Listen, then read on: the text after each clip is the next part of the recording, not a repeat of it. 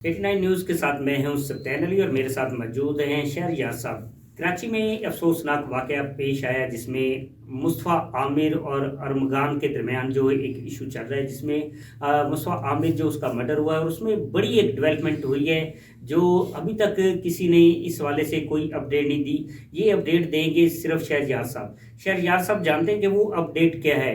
शहरयार साहब बताएं। अस्सलाम वालेकुम शहरयार साहब, बताएं कि ये अपडेट क्या है जो अभी तक किसी को पता नहीं चल रहा। आपके पास ये कहाँ से ये चिड़िया जो है ये पैगाम लेके आई है?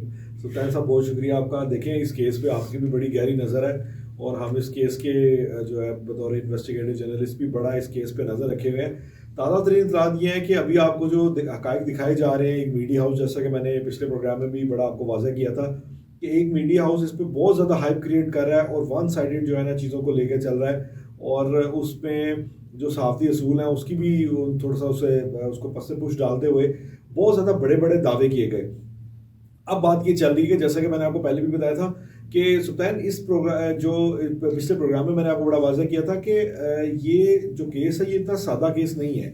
जिस तरह इन्होंने पूरी प्लांटेड स्टोरी बताई कि जनाब वो क्या था क्या नहीं था, अब आहिस्ता आहिस्ता हमारे दावे की वो तस्दीक होती नज़र आ रही है कि अब मंशियात ड्रग डीलिंग पे आ गए। साजिद हसन साहब के बेटे को पकड़ा जिसपे बेबुनियाद उन्होंने इल्ज़ाम लगाया कि इस पहले इन्होंने दावा किया कि इस केस में किसी न किसी तरह मुलविस हो सकता है। फिर जब देखा कि साजिद हसन साहब के बेटे का और ख़ुद साजिद साहब का जब बयान सामने आया तो साजिद हसन के बयान के सामने आने के बाद इन्होंने कहा कि नहीं जी, इस केस से ताल्लुक़ नहीं है इसका, और बाकायदा तौर पर यह कह दिया कि नहीं जी, वो चूँकि अरमगान से मंशियात खरीदता था। तो ये तो हमारा एक दावा सच साबित हुआ कि मंशियात डीलिंग जो है, मंशियात ड्रग डीलर जो हैं वो कहीं ना कहीं बीच में शामिल हो गए। तो अरमगान के बारे में तो ये भी वाज़ेह हो गया कि ड्रग डीलिंग में, ड्रग डीलर्स में इसके जो ताने बाने वो जाके मिलते हैं और कराची की एलीट को, कराची के जितने आपके बड़े इदारे हैं वहाँ पे स्टूडेंट्स को ख़ास तौर पे, तलबा तलबात को ये पीछे लगाने के लिए जो ड्रग्स हैं, ये माफिया, इसका बड़ा अहम रोल है। और जो दूसरी जो जिस पार्टी के बारे में कहा जा रहा, जो आमिर है, आमिर मुस्तफ़ा के बारे में ये कहा जा रहा था कि जी उसकी माँ बड़ी परेशान थी और बड़ी वो जो है वो आला हुकाम से एक बाकायदा तौर पे अपील करती रही कि उसको इंसाफ दिया जाए। उसका इंसाफ बरहक यकीनी तौर पे इंसाफ मिलना चाहिए।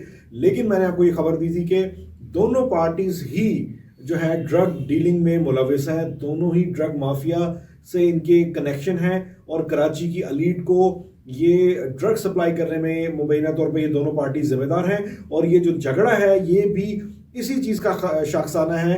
और उसमें मैंने आपको बताया था कि बिटकॉइन जो है सबसे बड़ी वजह है कि बिटकॉइन इनके पास, अरमगान साहब के पास मौजूद है और 100 बिटकॉइन, आप उसका रेट देख लें, बात कहाँ तक जाती है। और इसमें कोई हैरानगी की बात नहीं है क्योंकि पाकिस्तान के जो बताया जाता है, जो मुबैना तौर पर जितने बड़े ड्रग डीलर्स हैं ये क्रिप्टो में ट्रेडिंग करना शुरू हो गए हैं। ये मनी लॉन्ड्रिंग का सबसे आसान तरीका है कि अब आप क्रिप्टो के जरिए जो है ना वो ट्रेडिंग कर सकते हैं। आप कॉइन्स जो है वो एक्सचेंज कर सकते हैं। मिसाल के तौर पे अगर आपने 20 करोड़ का माल उठाना है तो 20 करोड़ को अगर आप थ्रू प्रॉपर चैनल, अगर बैंकिंग या के थ्रू करेंगे तो आप पकड़े जाएंगे, अगर कैश के थ्रू करेंगे वो भी सुल्तान कोई मौजू नहीं है। तो आजकल ट्रेंड आ गया आपका करेंसी डीलिंग को, हुंडी को छोड़ के आपकी मनी लॉन्ड्रिंग का सबसे आसान तरीका आपके बिटकॉइन, आपकी क्रिप्टो।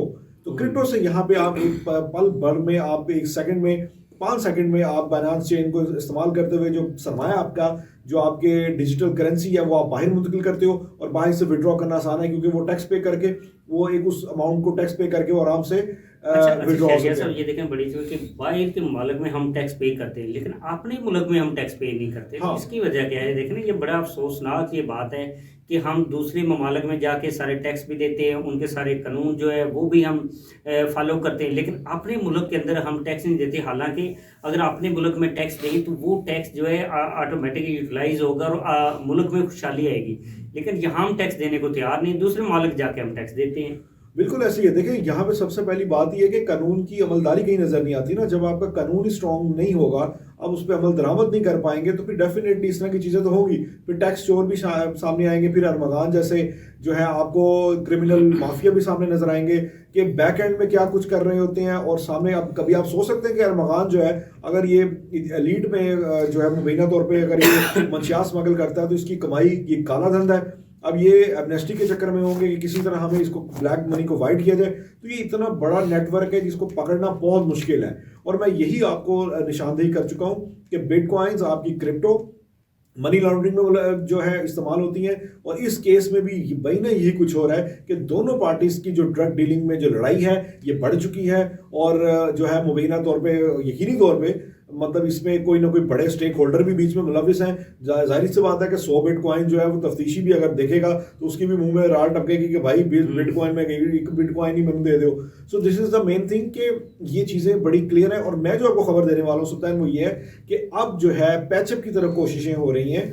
अब पीछे बैक एंड में, क्योंकि दोनों ने कराची में ही रहना है, कराची की मार्केट में ही रहना है, कराची से ही खाना है, कराची वालों को ही लूट कर इन दोनों पार्टियों ने खाना है। तो मुबैना तौर पे खबर ये सामने आ रही है कि दोनों पार्टीज पैचअप की तरफ जा रही हैं, और जो है ना इनकी डील जो है वो किसी न किसी तरह आगे बढ़ी है। कुछ ऐसे बाद आप देखेंगे कि आहिस्ता आहिस्ता मीडिया से वाकया आहिस्ता आहिस्ता आउट होगा, और जैसे ही आउट होगा बैक एंड में लोग भूल जाएंगे, और फिर तारीख पर तारीख पड़ेगी, केस इल्तवा का शिकार होगा, और कहीं ना कहीं भी जाके जमानत होगी, और मुलजिम बड़े आराम से बाहर बैठा होगा, और पैचअप हुआ होगा, करोड़ों रुपए अरबों रुपए की बंदरबांट जो है ना आपस में तकसीम हो जाएगी।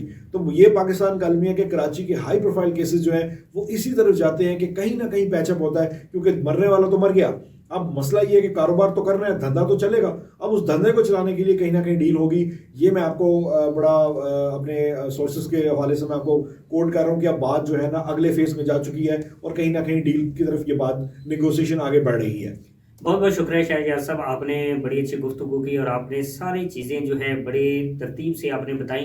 नाज़रीन, ये अब मामला जो है बैकडोर के ऊपर जो है ये सारे मामला जो हैं अब वो कसास, जैसे हमने पिछले प्रोग्राम में कहा, अब ये कसास की तरफ जा रहा है।